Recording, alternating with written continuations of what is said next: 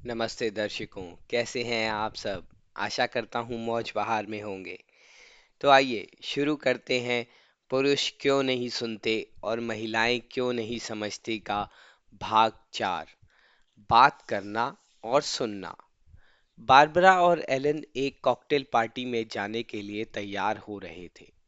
Barbara ने एक नई पोशाक खरीदी थी और वह सुंदर दिखने में अपनी तरफ से कोई कसर नहीं छोड़ना चाहती थी।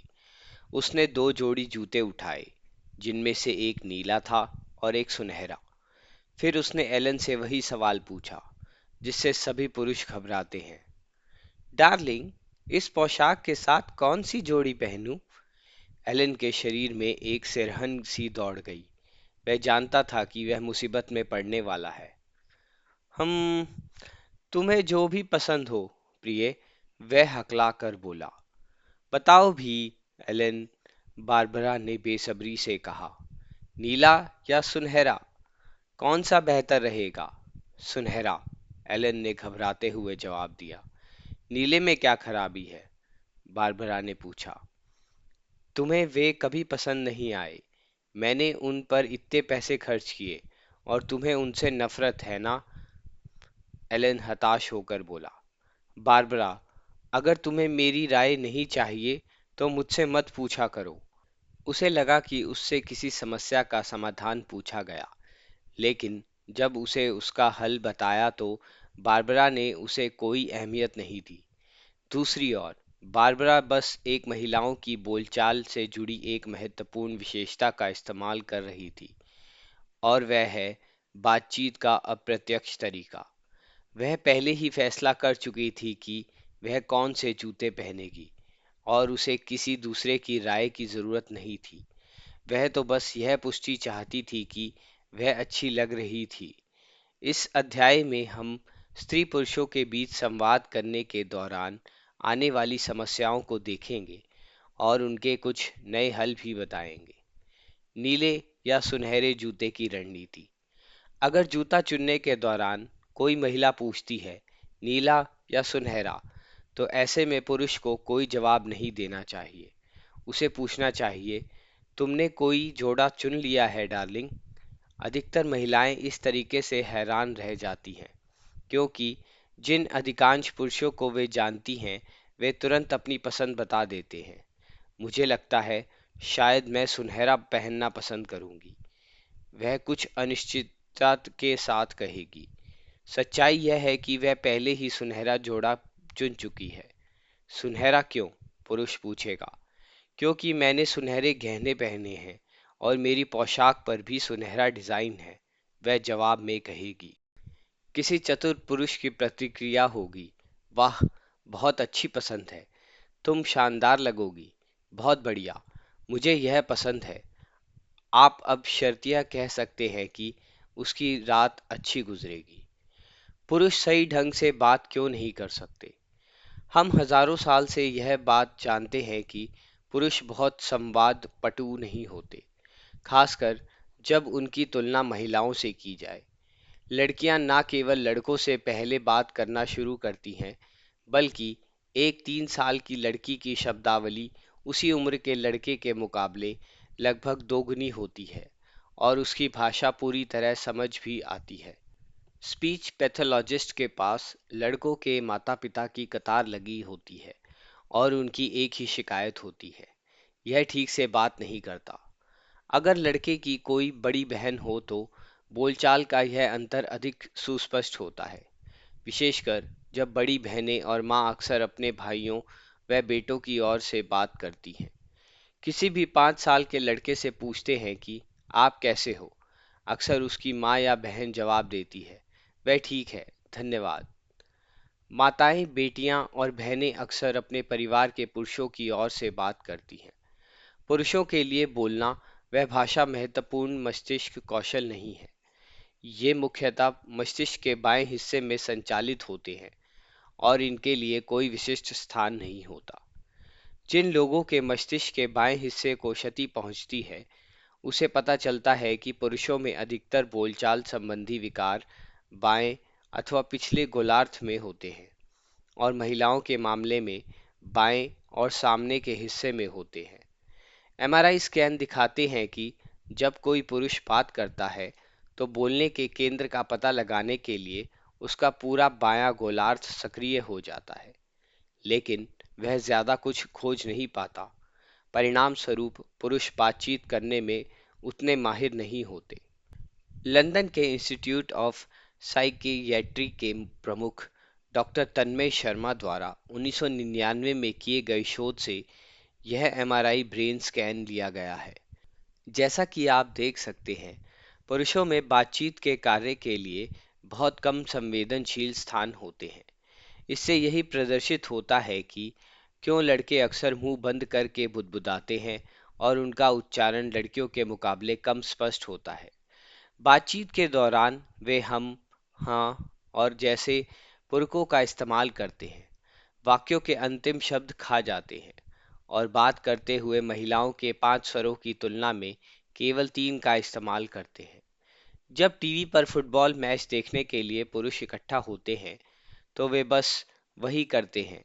उनके बीच बातचीत के नाम पर बस यही कहा जाता है कि चिप्स बढ़ा दो, और क्या, और बियर है। किसी टीवी कार्यक्रम को देखने के लिए एक साथ जुटी महिलाओं को बातचीत करने का एक और बहाना मिल जाता है। नतीजतन वे किसी जटिल मर्डर मिस्ट्री के बजाय ऐसा टीवी धारावाहिक देखने के लिए जमा होती हैं जिसके चरित्र व कथानक जाने पहचाने हों। दोनों लिंग स्वयं को जिस प्रकार अभिव्यक्त करते हैं, शायद खेल के अलावा किसी अन्य क्षेत्र में वह उतना अधिक स्पष्ट नहीं दिखाई देता। टीवी पर कोई भी खेल देख लीजिए, आप पाएंगे कि महिला बास्केटबॉल खिलाड़ी अपने मैच का वर्णन कितनी अच्छी तरह संक्षेप में और पूरी तरह समझ में आने लायक तरीके से कर सकती हैं। पुरुष खिलाड़ियों का इंटरव्यू लेने पर उन्हें ना केवल अपनी बात सही ढंग से कहने में मुश्किल होती है, बल्कि उनके मुंह ठीक से खुल भी नहीं पाते हैं। किशोरों में भी यह अंतर बहुत स्पष्ट होता है। जब हमने अपनी किशोर बेटी से उसकी पार्टी के बारे में पूछा तो उसने वहां हुई हर घटना का बहुत स्पष्ट ब्यौरा दिया कि किसने किससे क्या कहा, हर किसी का कैसा महसूस हुआ और लोगों ने कैसे कपड़े पहने थे। अपने किशोर बेटे से यही सवाल करने पर उसने बुदबुदाते हुए कहा, हाँ, अच्छी थी। वैलेंटाइन डे पर फूल बेचने वाले पुरुषों से कहते हैं कि वे फूलों के माध्यम से अपनी बात कह रहे हैं, क्योंकि वे जानते हैं कि पुरुषों को शब्दों से अभिव्यक्ति करने में मुश्किल होती है। कार्ड खरीदने में पुरुषों को कोई दिक्कत नहीं होती। असली समस्या यह होती है कि उसमें क्या लिखा है। पुरुष अक्सर ऐसे ग्रीटिंग कार्ड्स खरीदना पसंद करते हैं जिनमें पहले से काफी कुछ छपा होता है। इस कारण उनके लिखने के लिए कम जगह बचती है। याद रखिए कि पुरुष शिकार का पीछा करने वाले के रूप में विकसित हुए हैं, ना कि संवाद करने वाले के रूप में। शिकार करने के दौरान बहुत से शब्देतर संकेत शामिल होते थे और अक्सर शिकारियों को कई घंटे घंटे चुपचाप घात लगाकर बैठना होता था। वे बातचीत नहीं करते थे और ना एक दूसरे से जुड़ने का काम करते थे। आधुनिक पुरुष जब अन्य पुरुषों के साथ मछली पकड़ने जाता है तो वह घंटों बिना बातचीत किए बैठा रह सकता है। उन्हें एक दूसरे के साथ मजा आ रहा होता है, लेकिन उन्हें उसे बताए जाने की जरूरत महसूस नहीं होती। दूसरी ओर अगर महिलाएं एक साथ समय बिता रही हैं और उनके बीच बातचीत नहीं हो रही, तो यह किसी बड़ी समस्या का संकेत हो सकता है। पुरुष बातचीत करने की स्थिति के नजदीक तभी होते हैं जब उनके विभागृत मस्तिष्क में संचार टूट जाता है, यानी जब उन्होंने काफी मात्रा में मद्यपान किया होता है। लड़के और उनकी स्कूली शिक्षा। शुरुआत में स्कूल में लड़कों का प्रदर्शन अच्छा नहीं रहता, क्योंकि उनकी शाब्दिक क्षमताएं लड़कियों की तुलना में कमतर होती हैं। इसका परिणाम यह होता है कि भाषाओं व कला जैसे विषयों में उनका प्रदर्शन खराब होता है। वाकपटु लड़कियों के सामने वे बुद्धू जैसा महसूस करते हैं और उपद्रवी तथा उत्पाती बन जाते हैं। यह एक अच्छा विचार है कि लड़कों को 1 साल बाद स्कूल भेजना चाहिए, जब उनका भाषा विकास अपने से 1 साल छोटी लड़कियों के समक्ष हो जाए। इससे लड़के खुद को लेकर बेहतर महसूस करेंगे और अपनी उम्र की लड़कियों की वाकपटुता से नहीं सहमेंगे। बाद के वर्षों में लड़कियां भौतिकी व विज्ञान से पिछड़ जाती हैं, जिनमें स्थानिक क्षमता बहुत महत्वपूर्ण होती है।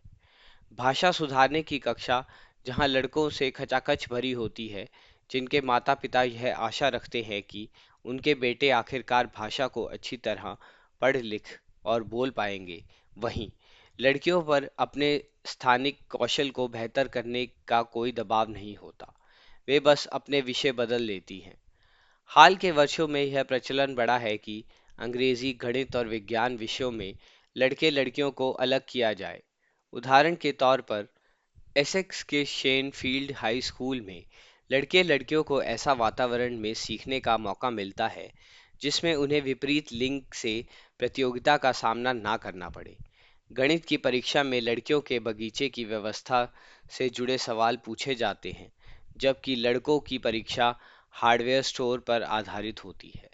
इस प्रकार का विभाजन करने से स्त्री व पुरुषों के मस्तिष्क की सहज प्राथमिकताओं का लाभ मिलता है और परिणाम बहुत कारगर होता है। अंग्रेजी में लड़कों के नतीजे राष्ट्रीय औसत से 4 गुना अधिक थे, जबकि लड़कियों के गणित व विज्ञान के अंक अन्य स्कूलों की तुलना में लगभग 2 गुने थे। महिलाएं अच्छी वक्ता क्यों होती हैं? महिलाओं में बोलने से जुड़ा विशिष्ट क्षेत्र प्रमुख तौर पर उनके बाएं गोलार्ध के आगे वाले हिस्से में स्थित होता है, और इसके लिए दाएं गोलार्ध में भी एक विशिष्ट क्षेत्र होता है। मस्तिष्क के दोनों ओर वाक शक्ति के होने से महिलाएं बातचीत करने में माहिर होती हैं। उन्हें ऐसा करने में मजा आता है और वे खूब बात करती हैं। वाक शक्ति को नियंत्रित करने के लिए विशिष्ट क्षेत्र होने के कारण महिला के मस्तिष्क का बाकी हिस्सा अन्य कामों के लिए उपलब्ध होता है, और इसी वजह से वे बातचीत करते हुए कई अन्य विभिन्न प्रकार के कामों को निपटा सकती हैं। महिलाओं में बोलचाल व भाषा की स्थिति दिखाने वाले इस चित्र की तुलना पुरुषों के मस्तिष्क से कीजिए, और आप साफ देख सकते हैं कि महिलाएं बातचीत करने में क्यों माहिर होती हैं, जबकि पुरुषों के मामले में ऐसा नहीं होता। हाल के शोध दिखाते हैं कि बच्चा अपनी माँ की आवाज़ को गर्भ में रहने के दौरान ही पहचान लेता है। ऐसा शायद माँ के शरीर में से होकर गुजरती आवाज़ के कारण होता होगा। 4 दिन का शिशु अपनी मातृभाषा की बोलचाल के नमूने और विदेशी भाषा की अलग-अलग पहचान कर लेता है। 4 महीने की उम्र में शिशु स्वरों की ध्वनियों से जुड़े होठों की गतिविधियों को पहचान लेते हैं। पहले जन्मदिन से पहले वे शब्दों को उनके अर्थों से जोड़ना शुरू कर देते हैं, और 1.5 साल तक होते होते उनका शब्द भंडार बनना शुरू हो जाता है, और 2 साल तक की उम्र की लड़कियों के शब्द भंडार में 2000 तक शब्द हो सकते हैं। बौद्धिक और शारीरिक लिहाज से किसी वयस्क की सीखने की क्षमता की तुलना में यह एक अनोखी उपलब्धि है। वाक शक्ति के लिए एक अलग विशिष्ट क्षेत्र मौजूद होने के कारण लड़कियां लड़कों के मुकाबले विदेशी भाषा ज़्यादा तेजी से व आसानी से सीख सकती हैं, और यही कारण है कि व्याकरण, विराम चिन्ह एवं वर्तनी में लड़कियों का प्रदर्शन बेहतर होता है। विदेशों में सेमिनार करने के अपने 25 वर्ष के अनुभव में बहुत कम ऐसा हुआ कि हमारे पास कोई पुरुष अनुवादक रहा हो। अक्सर अनुवादक महिलाएं रही। आंकड़े दिखाते हैं कि शिक्षा और सरकार जैसे राजनीतिक रूप से सही क्षेत्रों में भी स्त्री पुरुषों के मस्तिष्क के रुझान बहुत सशक्त रूप से किसी शिक्षक द्वारा विषयों के चुनाव को प्रभावित करते हैं। बराबरी की हिमायत करने वाले समूहों को लगता है कि आधे शिक्षक पुरुष हैं और आधी महिलाएं हैं, लेकिन जैसा कि आप देख सकते हैं कि वाक शक्ति से जुड़े क्षेत्रों पर महिलाओं का वर्चस्व बहुत स्पष्ट है। मस्तिष्क का बायां हिस्सा शरीर के दाहिने भाग की शारीरिक गतिविधियों को नियंत्रित करता है। यही कारण है कि अधिकतर लोग दाएं हाथ से लिखते हैं। इससे यह भी स्पष्ट होता है कि क्यों महिलाओं की बाएं हाथ की लिखाई पुरुषों की लिखाई के मुकाबले पढ़ने में स्पष्ट होती है। महिलाओं के निश्चित भाषा केंद्र बोलने व लिखने की क्षमता समेत भाषा के बेहतर इस्तेमाल के लिए पहले से लैस होते हैं। महिलाओं को बोलने की ज़रूरत क्यों होती है? पुरुषों के मस्तिष्क बहुत बड़े स्तर पर विभागीकृत होते हैं, और उनमें जानकारी को अलग करने व जमा करने की क्षमता होती है। समस्याओं से भरे दिन के बाद पुरुष एक ही लीक पर चलने वाला दिमाग उन सभी परेशानियों को बंद करके एक और रख देता है। महिलाओं का मस्तिष्क जानकारी का संग्रह इस प्रकार नहीं करता और उसमें समस्याएं घूमती रहती हैं। पुरुष मानसिक रूप से अपनी समस्याओं को क्रमबद्ध करता है और उन्हें एक और कर देता है। महिलाएं उन पर मंथन करती रहती हैं। अपना ध्यान समस्या से हटाने के लिए महिला के सामने एक रास्ता यह होता है कि वह उस पर बात करे और उसे कबूले। जब कोई महिला दिन ढलने पर बातचीत करती है तो उसका मकसद समस्या से मुक्ति पाना होता है, ना कि उसका कोई हल खोजना। हार्मोन का संबंध। यूनिवर्सिटी ऑफ वेस्टर्न ऑन्टेरिया में वैज्ञानिक एलिजाबेथ हेसन ने महिलाओं के प्रदर्शन और एस्ट्रोजन हार्मोन पर एक अध्ययन किया। हेसन ने पाया कि एस्ट्रोजन के निम्न स्तर के कारण महिलाओं की स्थानिक क्षमता कम होती है, जबकि एस्ट्रोजन का उच्च स्तर उनकी वाक्पटुता और सूक्ष्म संचालन कौशल को बढ़ाता है। यही कारण है कि मासिक चक्र के दौरान जब एस्ट्रोजन का स्तर ऊंचा रहता है, तब महिला का बर्ताव शांतिपूर्ण होता है और वह बहुत अच्छे ढंग से स्वयं को व्यक्त कर सकती है।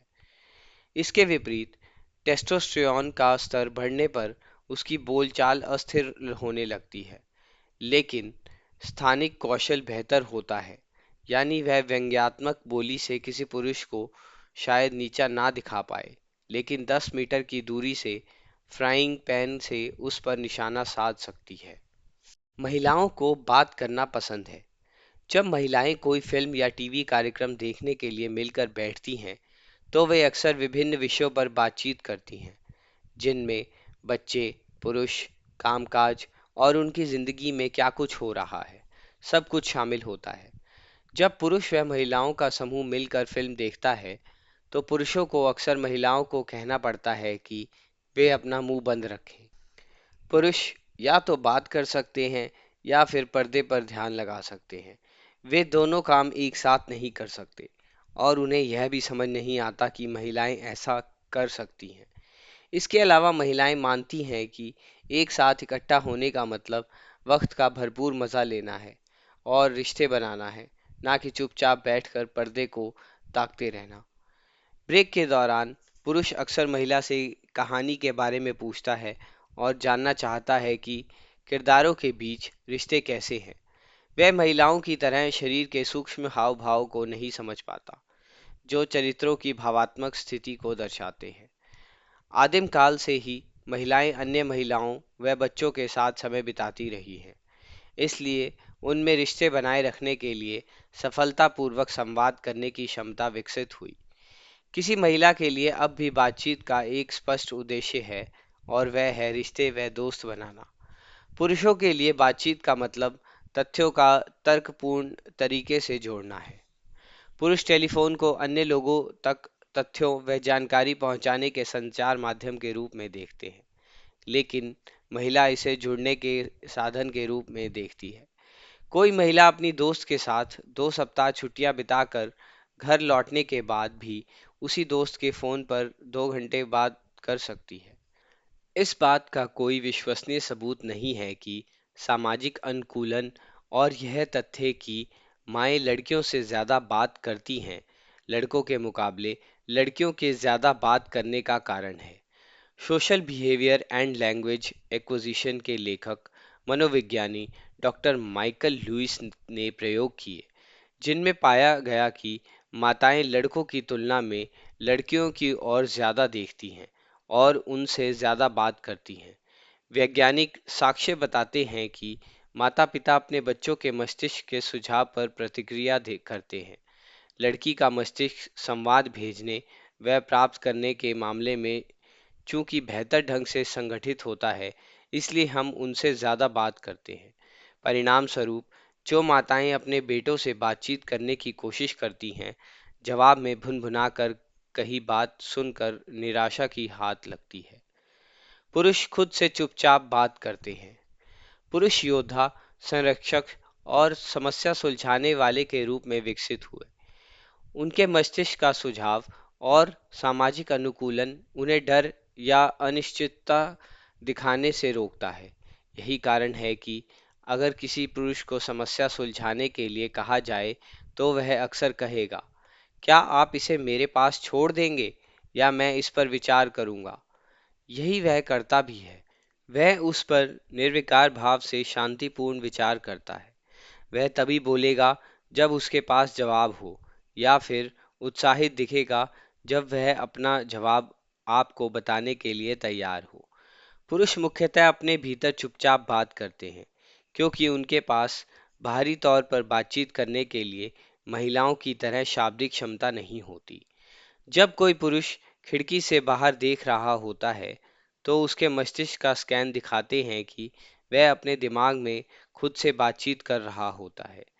जब कोई महिला पुरुष को ऐसा करते हुए देखती है तो मान लेती है कि वह या तो उबा हुआ है या फिर खाली बैठा है, और उससे बात करने की कोशिश करती है या उसे कोई काम करने को देती है। इस तरह व्यवधान डाले जाने पर वह व्यक्ति क्रोधित हो जाता है। जैसा कि हम जानते हैं, दरअसल वह एक बार में एक से ज्यादा काम नहीं कर सकता। खामोशी से बातचीत करने का नकारात्मक पक्ष। जब कोई पुरुष अन्य पुरुषों के साथ होता है तो अपने दिमाग में बात करने में कोई समस्या नहीं होती। पुरुष लंबे समय तक किसी मीटिंग में बैठे रह सकते हैं। उनके बीच कोई बातचीत ना होने पर भी किसी को कोई परेशानी नहीं होती। यह बिल्कुल मछली पकड़ने जैसा है। पुरुष अक्सर काम करने के बाद खामोशी से एक ड्रिंक लेना पसंद करते हैं, और उसका मतलब ठीक वही होता है, बिल्कुल खामोशी। अगर कोई पुरुष किसी एक महिला या फिर महिलाओं के समूह के साथ है, तो महिलाओं को लगेगा कि वह उदासीन है, नाराज है, या फिर उनके साथ शामिल नहीं होना चाहता। अगर पुरुष महिलाओं के साथ संपर्क में सफल रहना चाहते हैं तो उन्हें अधिक बातचीत करने की जरूरत होगी। महिलाएं ऊंचे स्वर में सोचती हैं। हमारे एक सेमिनार में एक पुरुष का कहना था, मेरी पत्नी जब परेशान होती है या फिर जब वह दिन भर किए जाने वाले काम के बारे में बात करती है तो मुझे पागल कर देती है। वह विकल्पों, संभावनाओं, उसमें शामिल लोगों, उसे क्या करना है, उसे कहाँ जाना है, इस सब पर जोर जोर से बात करती है। इससे ध्यान बढ़ जाता है और मैं किसी भी काम पर ध्यान नहीं लगा पाता। महिला बिना किसी क्रम के अपने सभी विकल्पों और संभावनाओं को शाब्दिक रूप से व्यक्त करती हैं। महिला का मस्तिष्क इस तरह बना है कि वह बोलचाल का इस्तेमाल अभिव्यक्ति के प्रमुख स्वरूप के रूप में करता है, और यह उसकी एक बड़ी खूबी है। अगर किसी पुरुष को 5-6 कामों की सूची बतानी है तो वह कहेगा, मुझे कुछ काम करने हैं, मैं बाद में मिलता हूँ। जबकि अगर महिला को यही बात बतानी है तो वह सभी बातों की एक सूची बोलकर आपके सामने रख देगी और अपने सभी विकल्पों व संभावनाओं का उल्लेख भी करेगी। वह कहेगी, देखते हैं, मुझे ड्राई क्लीनिंग के कपड़े दे लेने हैं, कार धुलवानी है, फिर मैं डाकघर से पार्सल लूंगी। हो सकता है कि मैं कई अन्य कारणों में से यह एक कारण है जिससे पुरुष महिलाओं पर बातूनी होने का आरोप लगाते हैं। ऊंचे स्वर में सोचने का नकारात्मक पक्ष। बोलकर सोचने से महिलाओं को लगता है कि बोलकर सोचना दोस्ताना किस्म का बर्ताव है और यह साझेदारी दिखाता है, जबकि पुरुष इसे अलग ढंग से देखते हैं। निजी स्तर पर पुरुष सोचता है कि महिला उसे समस्याओं की सूची थमा रही है जिसे उसे ठीक करना है। इस कारण वह बेचैन, परेशान हो जाता है या फिर महिला को बताने की कोशिश करने लगता है कि उसे क्या करना चाहिए। बिजनेस मीटिंग में अपनी सोच को ऊंचे स्वर में जाहिर करने वाली महिलाओं को पुरुष बेतरतीब, अनुशासनहीन या नासमझ समझते हैं। ऐसे में पुरुषों को प्रभावित करने के लिए महिला को अपनी सोच को बोलकर व्यक्त नहीं करना चाहिए, बल्कि सिर्फ निष्कर्षों की बात करनी चाहिए।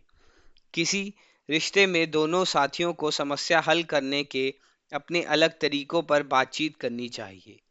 पुरुषों को यह समझना चाहिए कि जब महिला बात करती है तो वह उससे प्रतिक्रिया में किसी हल की उम्मीद नहीं करती। महिलाओं को भी समझना चाहिए कि जब पुरुष बात नहीं कर रहा होता तो यह इस बात का संकेत नहीं है कि कुछ गड़बड़ है। महिलाएं बात करती हैं, पुरुष उसे सिर खाना समझते हैं। महिलाओं के मस्तिष्क की संरचना इस प्रकार की होती है कि बातचीत के माध्यम से रिश्ते बनाना उनकी प्राथमिकता होती है। इटली की महिलाएं सबसे बातूनी होती हैं और वे प्रतिदिन 6 से 8 हज़ार शब्द बोलती हैं। इसके अलावा वे संचार के लिए 2 से 3 हज़ार अतिरिक्त ध्वनियों, 8 से 10 हज़ार मुद्राओं, चेहरों की अभिव्यक्तियों, सिर की गतिविधियों और अन्य शारीरिक संकेतों का इस्तेमाल भी करती हैं।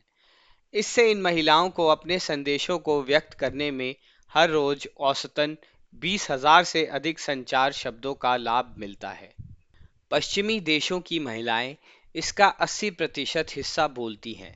इससे स्पष्ट होता है कि क्यों ब्रिटिश मेडिकल एसोसिएशन ने हाल ही में कहा है कि पुरुषों की तुलना में महिलाओं को जबड़े की परेशानियां होने की आशंका 4 गुना होती है।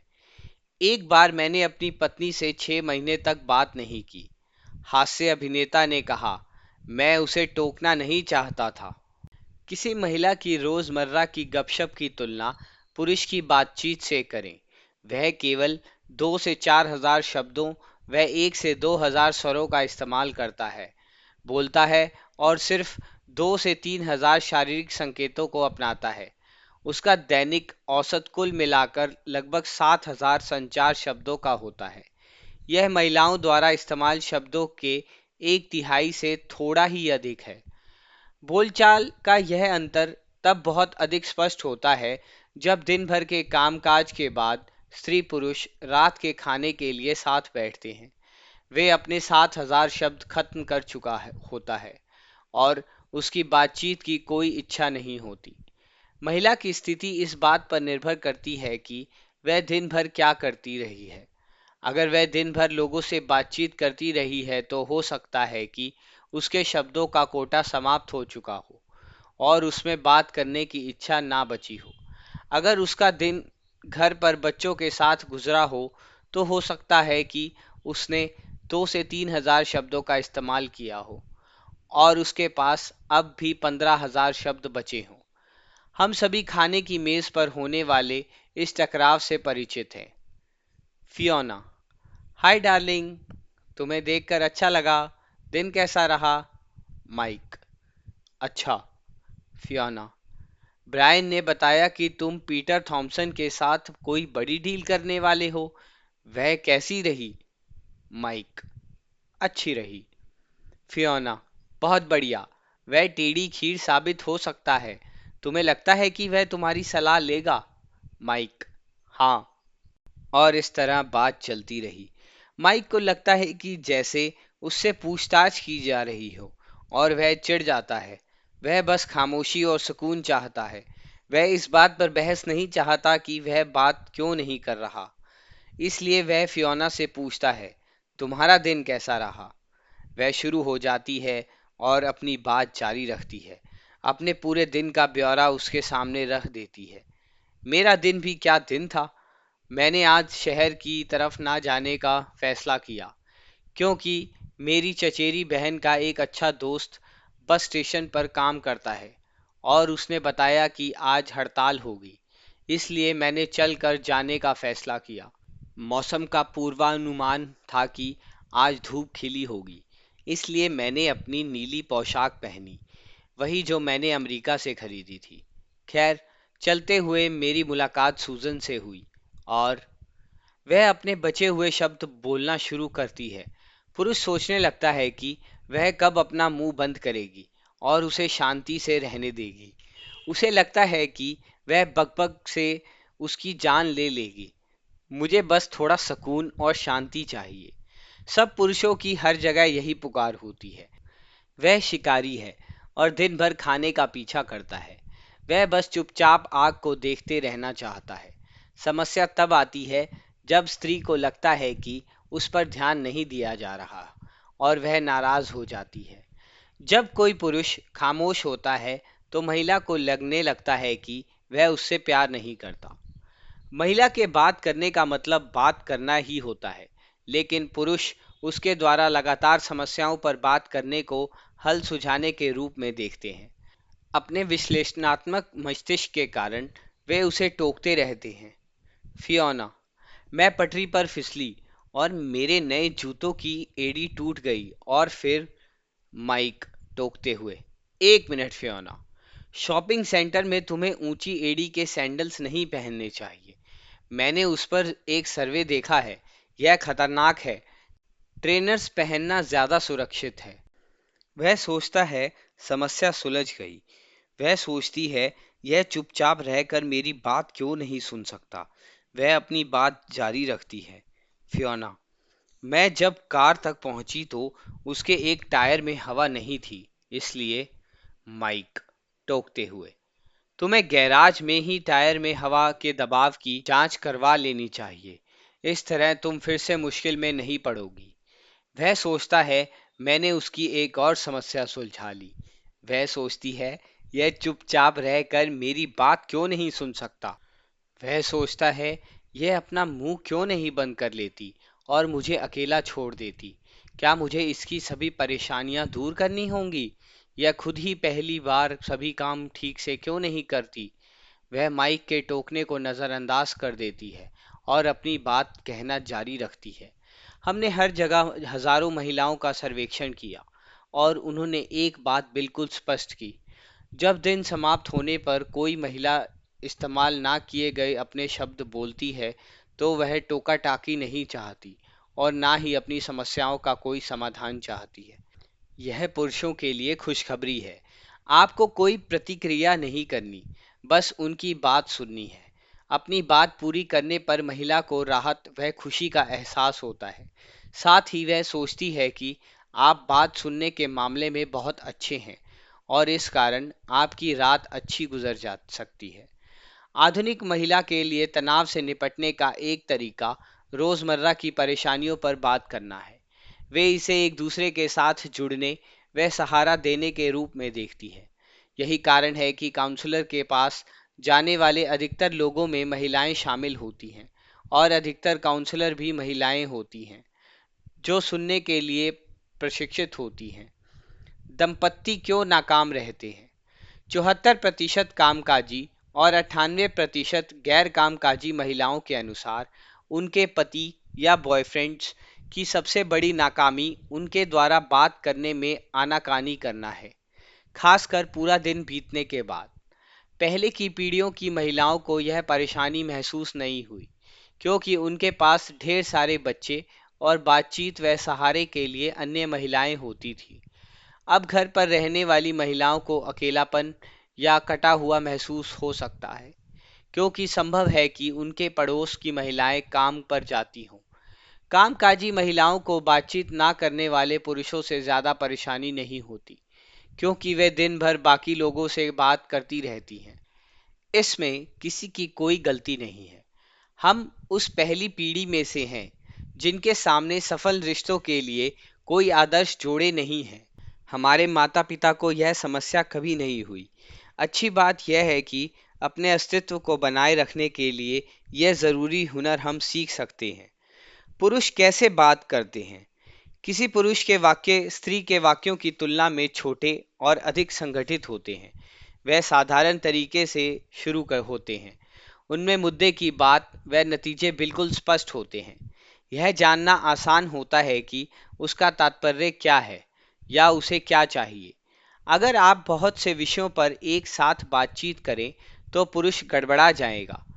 किसी स्त्री के लिए यह समझना जरूरी है कि अगर वह पुरुष को आश्वस्त करना चाहती है या उससे कोई बात मनवाना चाहती है तो उसे एक बार में उसके सामने केवल एक स्पष्ट बात या विचार रखना चाहिए। पुरुष से बात करने का पहला नियम है बात को सरल रखें। उससे एक बार में एक ही बात करें।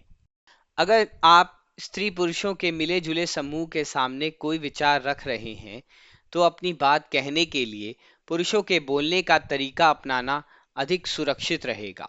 महिला व पुरुष पुरुषों के बात करने के तरीके को समझ सकते हैं, लेकिन पुरुषों को महिलाओं की तरह विभिन्न विषयों पर बात करने का तरीका समझने में मुश्किल होगी और बाद में उनकी दिलचस्पी खत्म हो सकती है। महिलाएं कई विषयों पर एक साथ बात कर सकती हैं। मस्तिष्क के बाएं व दाएं गोलार्ध और बोलचाल के लिए विशिष्ट स्थानों के बीच जानकारी के अधिक प्रवाह के कारण अधिकतर महिलाएं एक ही समय पर कई विषयों पर बात कर सकती हैं, और कई बार एक ही वाक्य में वे ऐसा कर सकती हैं। यह एक ही समय 3 या 4 गेंदों को एक साथ उछालने जैसा है, और अधिकतर महिलाएं सहजता से ऐसा कर सकती हैं। केवल यही नहीं, बल्कि महिलाएं उन महिलाओं के साथ भी कई विषयों पर एक साथ बात कर सकती हैं जो खुद भी ऐसा ही कर रही होती हैं। और मज़ेदार बात यह है कि उनमें से किसी से भी एक भी गेंद नहीं गिरती, यानी सभी को सब कुछ समझ में आ जाता है। बातचीत के अंत में हर महिला कई विषयों व घटनाओं के बारे में कुछ ना कुछ जानती है, और हर एक के मायने जानती है।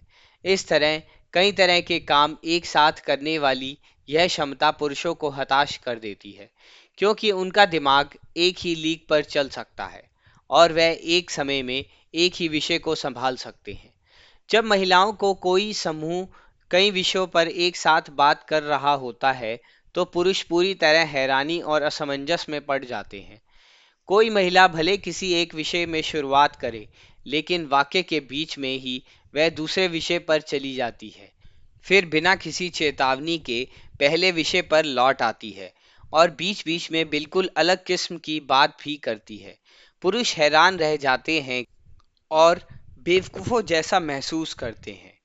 पिस के घर में होने वाली इस पारिवारिक बातचीत को देखिए। एलन, जरा 1 मिनट, दफ्तर में किसने किससे क्या कहा? बारबरा, मैं दफ्तर के बारे में बात नहीं कर रही थी, मैं तो अपने जीजा जी के बारे में बात कर रही थी। एलन, तुम्हारे जीजा? तुमने बताया नहीं कि तुमने बीच में विषय बदल दिया। बारबरा, तुम्हें बात पर ध्यान देना होगा, हर किसी की समझ में आ गया। फियोना, हाँ, मैं जानती हूँ कि वे क्या कह रही थी, मुझे बात अच्छी तरह समझ आ गई। जैस्मिन, मुझे भी। डैड, आप तो कुछ समझे ही नहीं, आप किसी बात पर ध्यान नहीं देते। एलन, आप सबके सामने मैं हार मानता हूँ। कैमरॉन, हाँ, मैं भी, लेकिन मैं तो अभी बच्चा हूँ। पुरुष गलतियों की भूल भुलैया से होकर एक जगह से दूसरी जगह भले पहुंच जाएं, लेकिन उन्हें ऐसी महिलाओं के बीच में रख दीजिए जो एक ही समय में कई विषयों पर बात कर रही हों, तो वे पूरी तरह गड़बड़ा जाएंगे। विभिन्न कामों को एक साथ करने की यह जटिल विशेषता लगभग सभी महिलाओं में पाई जाती है। सचिवों की बात लीजिए, उनकी नौकरी इस प्रकार की होती है कि एक साथ कई तरह के काम करना उनके लिए बहुत ज़रूरी होता है। इसमें कोई आश्चर्य नहीं कि 1998 में यूके में 7,16,148 सचिवों में से 99.1% महिलाएं थीं, जबकि पुरुषों की संख्या मात्र 5,913 थी। कुछ समूह इसका श्रेय इस बात को देते हैं कि लड़कियों को स्कूल के दिनों से ही इस तरह के कौशल के लिए तैयार किया जाता है। इस तर्क में इस बात पर ध्यान नहीं दिया जाता कि महिलाओं में शाब्दिक, संगठनात्मक और कई तरह के काम एक साथ करने की क्षमता होती है। सामुदायिक कार्य के क्षेत्रों, परामर्श देने और कल्याणकारी प्रणाली आदि में भी जहां संगठन समान अवसरों की नीतियों को लेकर प्रतिबद्ध होते हैं। 1998 में ब्रिटेन में इन कामों में लगे 1,44,266 लोगों में से 43,816 पुरुष थे, जबकि महिलाओं की संख्या 1,04,50 थी। जहां कहीं संचार और शाब्दिक कौशल की आवश्यकता होती है, वहां महिलाओं का वर्चस्व होता है। मस्तिष्क के स्कैन क्या दिखाते हैं? जब कोई महिला बोल रही होती है, तो उसके दिमाग के स्कैन दिखाते हैं कि बोलचाल को नियंत्रित करने वाले उसके बाएं व दाएं गोलार्ध के केंद्र काम कर रहे होते हैं। उसके श्रवण केंद्र भी तभी काम कर रहे होते हैं। कई तरह के काम एक साथ करने की इस सशक्त क्षमता के कारण महिला एक साथ बोलने व सुनने का काम कर सकती है, और ऐसा वह कई विभिन्न विषयों पर कर सकती है। महिलाओं की इस खासियत के बारे में जानकर पुरुष भौंचक्के रह जाते हैं, क्योंकि उन्हें तो लगता है था कि महिलाएं बहुत शोर मचाती हैं। महिलाएं बोलने व सुनने का काम एक साथ कर सकती हैं, और उसके साथ ही वे पुरुषों पर इल्जाम लगाती हैं कि वे दोनों में से कोई काम ठीक से नहीं कर सकते। महिलाओं की बात करने की आदत पर हजारों साल से पुरुष उनका मजाक उड़ाते रहे हैं। किसी भी देश में हुए सम्मेलन में सभी पुरुष वही बातें कहते हैं। जरा उन सभी महिलाओं को बात करते हुए सुनिए। बक बक बक बक बक बक। कोई किसी की बात नहीं सुन रही। चीनी, जर्मन और नॉर्वे के पुरुष भी अफ्रीकी व इनुइट पुरुषों जितना ही बोलते हैं। बस अंतर इतना ही होता है कि जब पुरुष बात करते हैं तो वे बारी बारी से बोलने व सुनने का काम करते हैं। इसका कारण हम जानते हैं कि पुरुष एक समय में या तो बात कर सकते हैं या फिर उसे सुन सकते हैं। वे दोनों काम एक साथ नहीं कर सकते। पुरुषों के साथ बात करने की रणनीतियां। पुरुष आमतौर पर एक दूसरे को तभी टोकते हैं जब वे या तो मुकाबला कर रहे हों या फिर आक्रामक हो रहे हों। अगर आप किसी पुरुष के साथ संवाद करना चाहते हैं तो साधारण सी नीति यह होनी चाहिए कि उसके बोलने के दौरान आप बीच में उसे ना टोकें। किसी महिला के लिए ऐसा करना मुश्किल होता है, क्योंकि उसके मुताबिक साथ साथ बात करने से रिश्ते बनते हैं और बातचीत में भागीदारी स्पष्ट होती है। उसकी हार्दिक इच्छा होती है कि वह बातचीत को विभिन्न विषयों पर ले जाए ताकि पुरुष को प्रभावित किया जा सके और उसे महत्वपूर्ण महसूस कराया जा सके। लेकिन जब महिला ऐसा करती है तो पुरुष बहरे जैसा हो जाता है। वह बुरा मान सकता है, क्योंकि महिला का ऐसा करना उसे टोका टाकी जैसा लगता है। पुरुष बारी बारी से बात करते हैं, इसलिए जब किसी पुरुष की बारी हो तो उसे बोलने देना चाहिए। बीच में बोलना बंद करो। हर कहीं और हर भाषा में पुरुष चिल्ला चिल्ला कर महिलाओं से यही कहते हैं। पुरुष के वाक्य किसी हल की ओर लक्षित होते हैं और उसके लिए वाक्य के अंत तक पहुंचना जरूरी है, अन्यथा उसकी बातचीत बेमायने हो जाएगी। वह बातचीत में अलग अलग समय पर कई मुद्दों को नहीं संभाल पाता और उसके दृष्टिकोण में ऐसा करना बदतमीजी और बेवकूफ़ी है। महिला के लिए यह बात अनजानी है। वह पुरुष से घनिष्ठता बनाने और उसे महत्वपूर्ण महसूस करवाने के लिए कई विषयों को एक साथ जोड़ती है। यह जले पर नमक छिड़कने जैसा है। लेकिन स्त्री पुरुष की एक सामान्य बातचीत में 76% टोका टाकी पुरुष करते हैं। पुरुषों को भारी भरकम शब्द क्यों पसंद हैं? बोलचाल के लिए मस्तिष्क में कोई निश्चित स्थान ना होने के कारण शिकारी के लिए जरूरी था कि वह कम से कम शब्दों में ज्यादा से ज्यादा जानकारी का संचार कर सके। इसलिए उसके मस्तिष्क में शब्दावली के लिए निश्चित क्षेत्र विकसित हुए, जो कि उसके बाएं गोलार्ध के अगले व पिछले हिस्से में केंद्रित हैं। महिलाओं के मस्तिष्क के दोनों गोलार्ध के अगले व पिछले हिस्से में शब्दावली मौजूद होती है, और यह उसकी बड़ी खूबी नहीं है। नतीजतन शब्दों की परिभाषा व उनके अर्थ महिला के लिए महत्वपूर्ण नहीं है, क्योंकि वह शब्दों के मायने के लिए स्वर के उतार चढ़ाव पर और भावात्मक पहलू के लिए शारीरिक भाषा पर निर्भर करती है।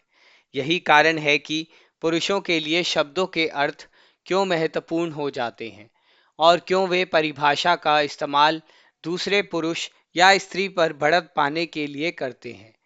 पुरुष भाषा का इस्तेमाल एक दूसरे से प्रतिस्पर्धा करने में करते हैं, और परिभाषा इस खेल में एक महत्वपूर्ण युक्ति बन जाती है।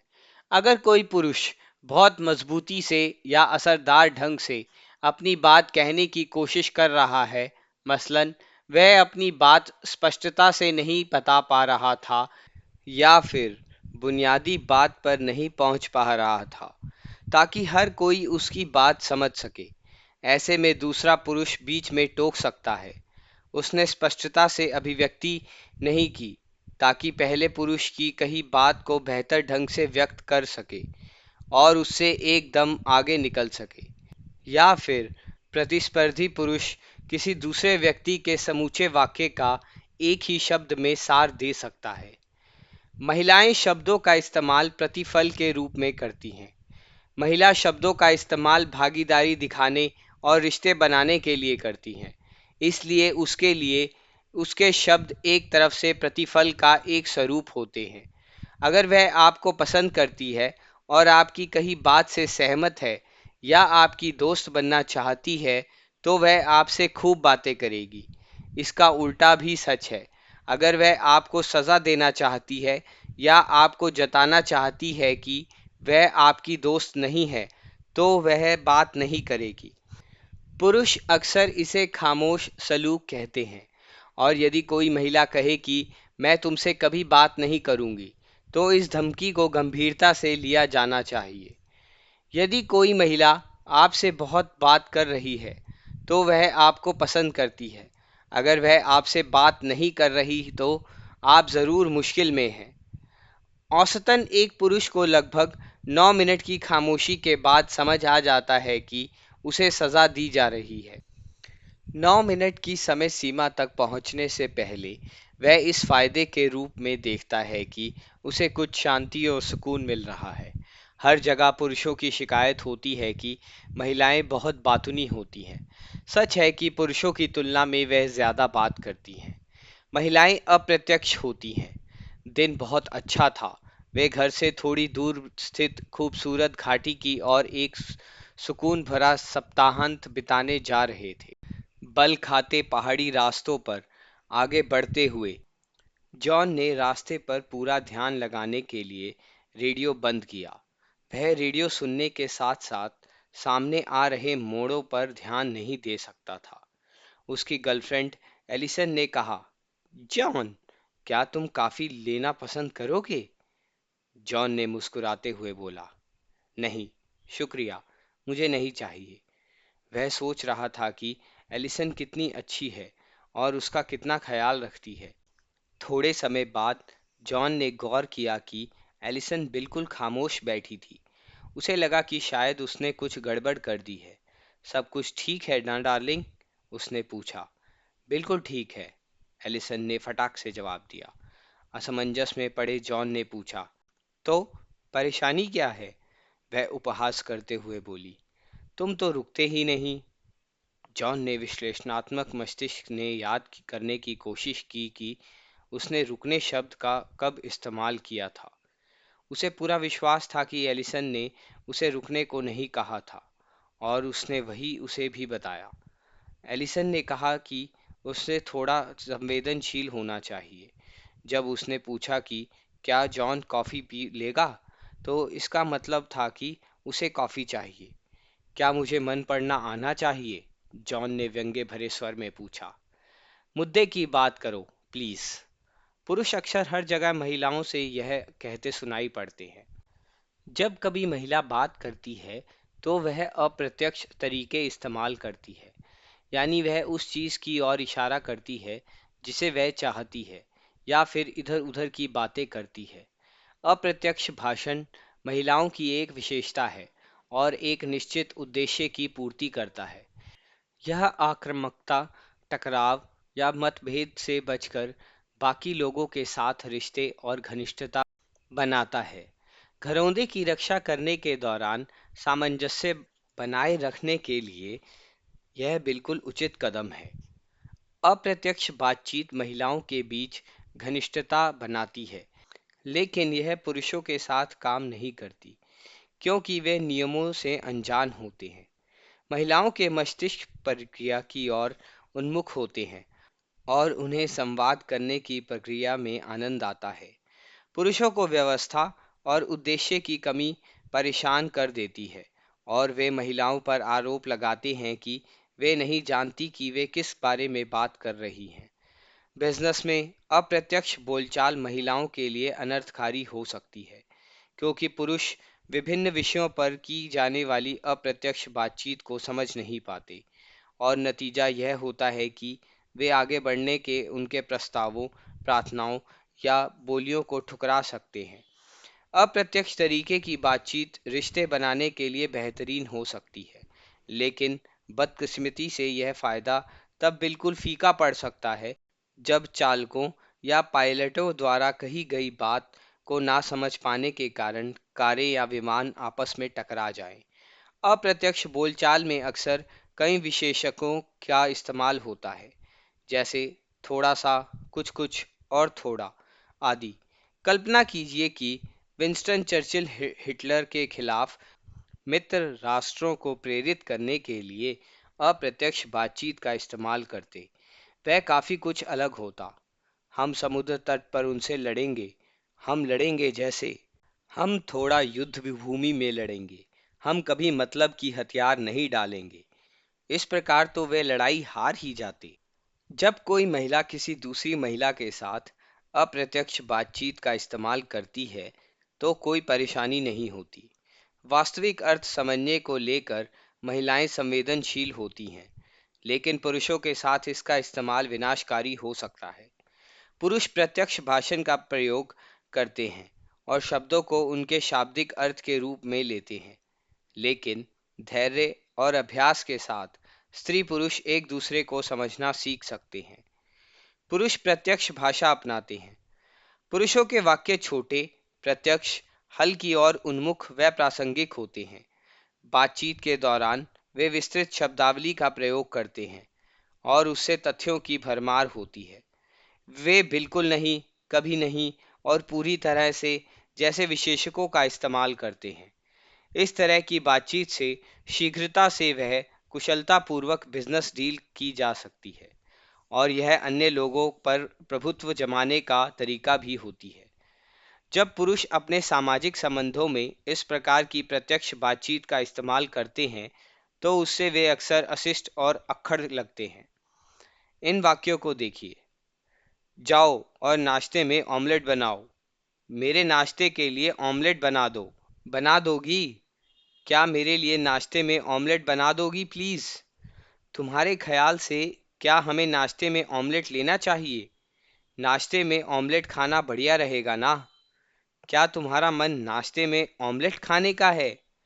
ऑमलेट खाने की इच्छा जाहिर करने से जुड़े कुछ वाक्य पूरी तरह प्रत्यक्ष हैं, जबकि कुछ पूरी तरह अप्रत्यक्ष हैं। संभावना है कि पुरुष पहले 3 वाक्यों का इस्तेमाल करेंगे और महिलाएं आखिर 3 वाक्यों का। सभी वाक्यों में एक ही अनुरोध को अलग अलग तरीके से व्यक्त किया गया है। यह आसानी से देखा जा सकता है कि कई बार ऑमलेट खाने की इच्छा का अंजाम यह हो सकता है कि पत्नी कहे, इतना ही शौक है तो खुद बना लो, और पति कहे, तुमसे तो कोई फैसला होने से रहा, मैं मैकडॉनल्ड्स जा रहा हूँ। ऐसे में क्या किया जाए? पुरुषों को यह समझना चाहिए कि अप्रत्यक्ष रूप से बोलना महिला के सहज स्वभाव का हिस्सा है और उन्हें इसे लेकर परेशान नहीं होना चाहिए। महिला से निजी रिश्ता बनाने के लिए पुरुष को सुनने की ध्वनियों और शारीरिक हाव भाव का इस्तेमाल करते हुए ध्यान से उसकी बात सुननी चाहिए। उसे हल बताने की ज़रूरत नहीं है या फिर उसे महिला की मंशा पर सवाल नहीं करने चाहिए। अगर किसी महिला की बात से यह लगता है कि उसे कोई परेशानी है तो ऐसे में सबसे अच्छी तकनीक यही रहेगी कि पुरुष उससे पूछे, तुम क्या चाहती हो कि मैं लड़के की तरह या फिर लड़की की तरह तुम्हारी बात सुनूं?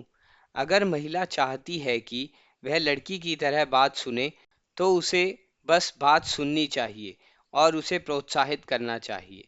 अगर महिला चाहती है कि वह लड़के के रूप में उसकी बात सुने तो वह परेशानी सुलझाने के हल बता सकता है। अगर महिलाएं चाहती हैं कि पुरुष उनकी बात सुने तो उन्हें पहले से सूचना दें और फिर कार्यसूची उपलब्ध कराएं। पुरुष पर सबसे अधिक प्रभाव डालने के लिए उसे यह बताएं कि आप किस बारे में और कब बात करना चाहती हैं। उदाहरण के लिए, मैं तुमसे दफ्तर में अपने बॉस से जुड़ी एक परेशानी से निपटने के बारे में बात करना चाहती हूँ। क्या रात के खाने के बाद हम लोग इस पर बात कर सकते हैं? पुरुष के मस्तिष्क की तार्किक संरचना को यह बात पसंद आती है। उसे लगता है कि उसकी अहमियत समझी गई है और समस्या निपट जाती है। अप्रत्यक्ष तरीका होगा, कोई मुझे नहीं पूछता, जिससे समस्या पैदा होती है, क्योंकि पुरुष यह सोच सकता है कि उस पर आरोप लगाया जा रहा है और वह सीधे सीधे आत्मरक्षक रवैया अपना लेता है। पश्चिमी देशों में पुरुष अन्य पुरुषों के साथ कामकाज करने में बातचीत का प्रत्यक्ष तरीका अपनाते हैं, लेकिन पूर्व में ऐसा नहीं होता। उदाहरण के तौर पर, जापान में कामकाज की भाषा के रूप में व्यापक तौर पर अप्रत्यक्ष बातचीत का इस्तेमाल होता है और प्रत्यक्ष भाषा अपनाने वाले लोगों को बचकाना या अनाड़ी समझा जाता है। इसे अपनाने वाले विदेशियों को अपरिपक्व माना जाता है। पुरुष को काम के लिए कैसे प्रेरित किया जाए? अप्रत्यक्ष भाषण में उच्च शिक्षा प्राप्त महिला हमेशा अपने प्रश्न में सकते हैं का इस्तेमाल करती है। क्या तुम कचरा बाहर डाल सकते हो?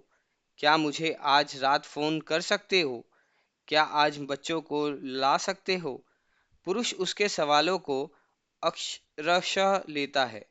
इसलिए जब वह पूछती है कि तुम बल्ब बदल सकते हो, तो वह सुनता है, क्या तुम में बल्ब बदलने की क्षमता है?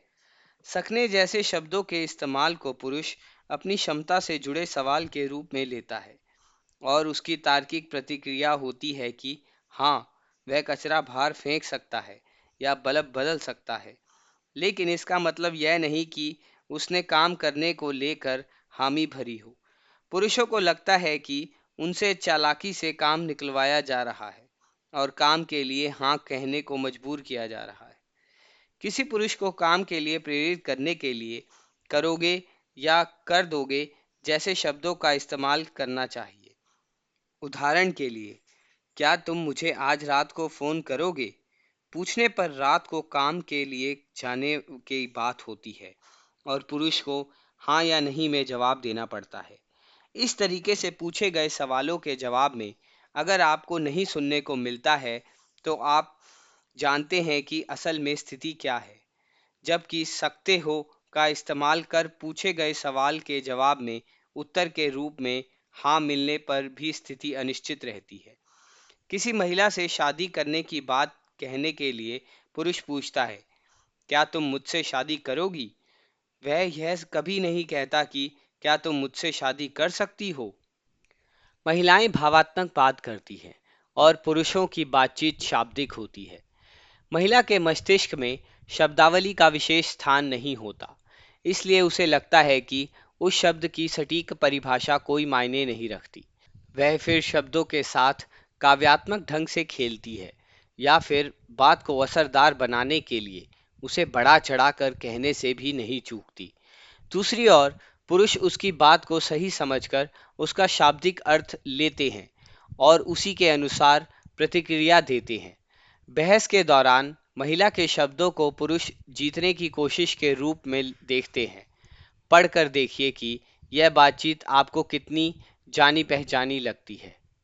रॉबिन, तुम मेरी किसी बात से कभी सहमत नहीं होते। जॉन, कभी नहीं से तुम्हारा क्या मतलब है? तुम्हारी पिछली तो बातों से मैं सहमत था ही कि नहीं। रॉबिन, तुम हमेशा मुझसे असहमत रहते हो और चाहते हो कि तुम हमेशा सही रहो। जॉन, यह सही नहीं है। मैं हमेशा तुमसे असहमत नहीं रहता। मैं आज सुबह, कल रात और पिछले शनिवार को तुम्हारी बात पर राजी था। तुम यह नहीं कह सकती कि मैं तुमसे हमेशा असहमत रहता हूँ। रॉबिन, इस बात को उठाने पर तुम हर बार यही कहते हो। जॉन, यह झूठ है। मैं हर बार ऐसा नहीं कहता। रॉबिन, तुम मुझे तब ही छूते हो जब तुम्हें सेक्स की जरूरत होती है। जॉन, बढ़ा चढ़ाकर बात मत करो। मैं कभी तब भी। वह लड़ने के लिए भावनाओं का इस्तेमाल करते हुए बहस करना जारी रखती है। जॉन उसके शब्दों को परिभाषित करता रहता है। बहस बढ़कर इस हद तक पहुंच जाती है कि वह बात करने से मना कर देती है या फिर पुरुष दनदनाते हुए निकल जाता है। सफलतापूर्वक बहस करने के लिए पुरुष को यह समझना चाहिए कि महिला ऐसे शब्दों का इस्तेमाल करेगी जिनके वास्तविक अर्थ से उसे कोई लेना देना नहीं है। इसलिए उसकी बातों को शाब्दिक ढंग से नहीं लेना चाहिए या उन्हें परिभाषित करने की कोशिश नहीं करनी चाहिए। मिसाल के तौर पर, अगर कोई महिला कहती है, अगर मैं अपने जैसी पोशाक पहने उस औरत के साथ बैठूंगी तो मैं मर जाऊंगी, इससे बुरा कुछ नहीं हो सकता, तो उसका मतलब असल में यह नहीं होता कि उससे बुरा कुछ नहीं हो सकता या फिर वह सचमुच मरना चाहती है, लेकिन बातों को अक्षरशः लेने वाला पुरुष का मस्तिष्क जवाब में कहेगा, नहीं, तुम नहीं मरोगी, इससे भी बुरा चीजें होती हैं। यह बात महिला को व्यंग्यात्मक लगेगी। ठीक इसी तरह महिला को भी समझना होगा कि अगर वह पुरुष से जीतना चाहती है तो उससे तार्किक तरीके से बहस करनी होगी और एक बार में उसके सामने एक ही बात रखनी होगी। किसी तर्क वितर्क के दौरान महिला को विभिन्न विषयों पर नहीं जाना चाहिए, उनसे कोई फायदा नहीं होता। महिलाएं कैसे सुनती हैं? आमतौर पर कोई महिला 10 सेकंड की अवधि में औसतन सुनने की 6 अभिव्यक्तियों का प्रयोग कर सकती है और फिर बोलने वाले की भावनाओं पर प्रतिक्रिया करती है। उसका चेहरा वक्ता के भावों को प्रतिबिंबित करता है। दो महिलाओं को बात करते हुए देखने के दौरान ऐसा लगेगा कि जिन घटनाओं पर बातचीत हो रही है वे दोनों के साथ हो रही है। वक्ता की आवाज के उतार चढ़ाव और उसके शारीरिक हाव भावों के माध्यम से कोई महिला कई गई बातों का मतलब निकालती है। किसी महिला का ध्यान आकर्षित करने के लिए और उसे अपनी बात सुनाते रहने के लिए पुरुष को भी यही करना चाहिए। अधिकतर पुरुष बात सुनने के दौरान चेहरे के भावों के माध्यम से प्रतिक्रिया देने से भयभीत रहते हैं, लेकिन एक बार इस कला में माहिर हो जाने के बाद उन्हें काफी फायदा होता है। बात सुनते हुए पुरुष मूर्ति बन जाते हैं। किसी बात को सुनते हुए हमारे नर शिकारी का जैविक लक्ष्य पूरी तरह भाव शून्य बने रहना था, ताकि उसकी भावनाएं व्यक्त ना हो। पुरुषों द्वारा सुनने की तकनीक को दिखाने का यह एक हल्का फुल्का तरीका है, लेकिन हास्य व्यंग में सच की पहचान करने से वह अधिक सशक्त होता है। बात सुनने के दौरान पुरुषों द्वारा भाव शून्य मुखौटे के इस्तेमाल का कारण यह है कि वह स्थिति पर नियंत्रण महसूस करना चाहता है, लेकिन इसका मतलब यह नहीं है कि वह कुछ महसूस नहीं करता। मस्तिष्क के स्कैन बताते हैं कि पुरुष भी महिलाओं की तरह भावनाओं को महसूस करते हैं, लेकिन वे उन्हें जाहिर करने से बचते हैं।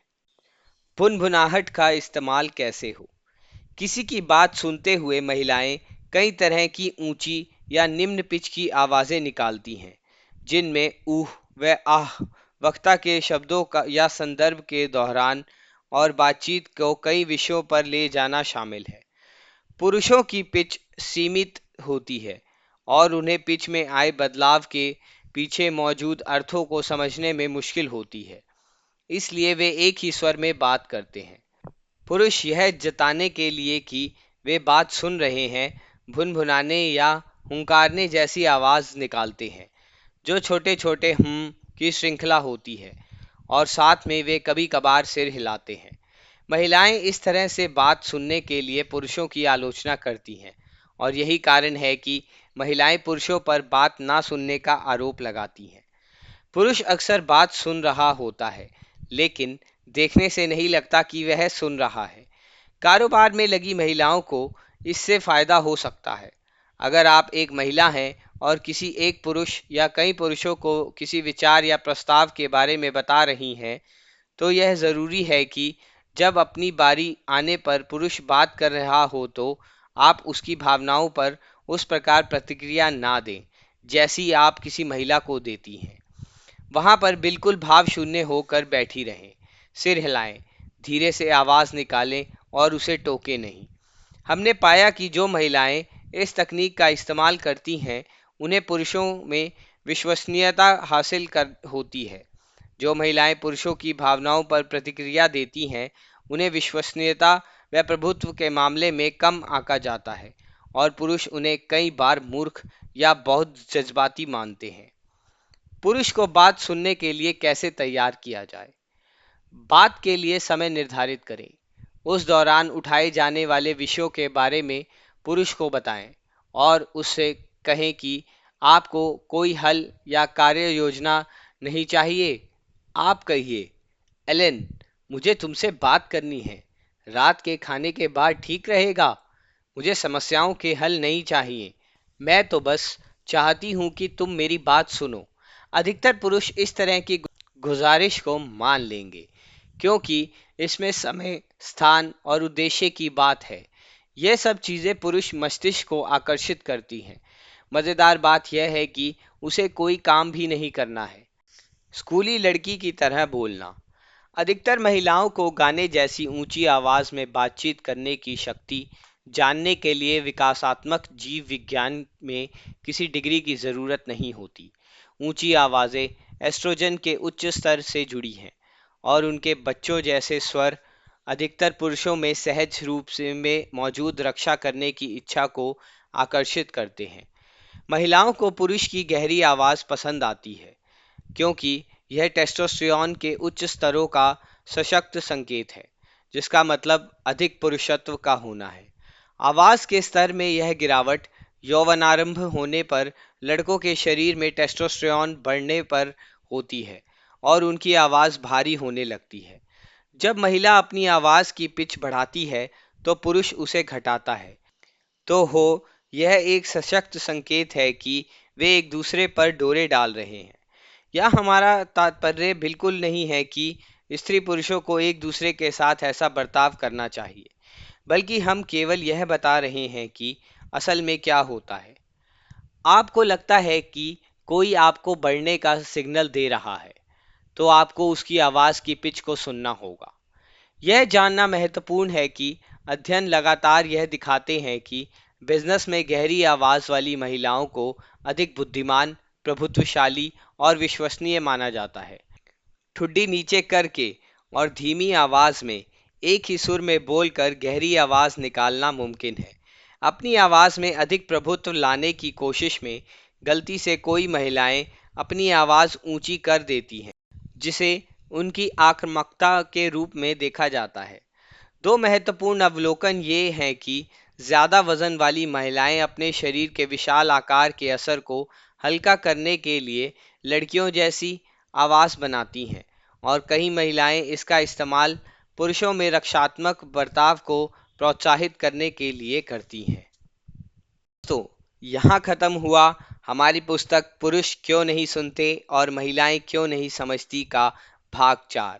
इससे आगे के भाग जानने के लिए बने रहिए चैनल पर। तब तक के लिए धन्यवाद और शुभ रात्रि।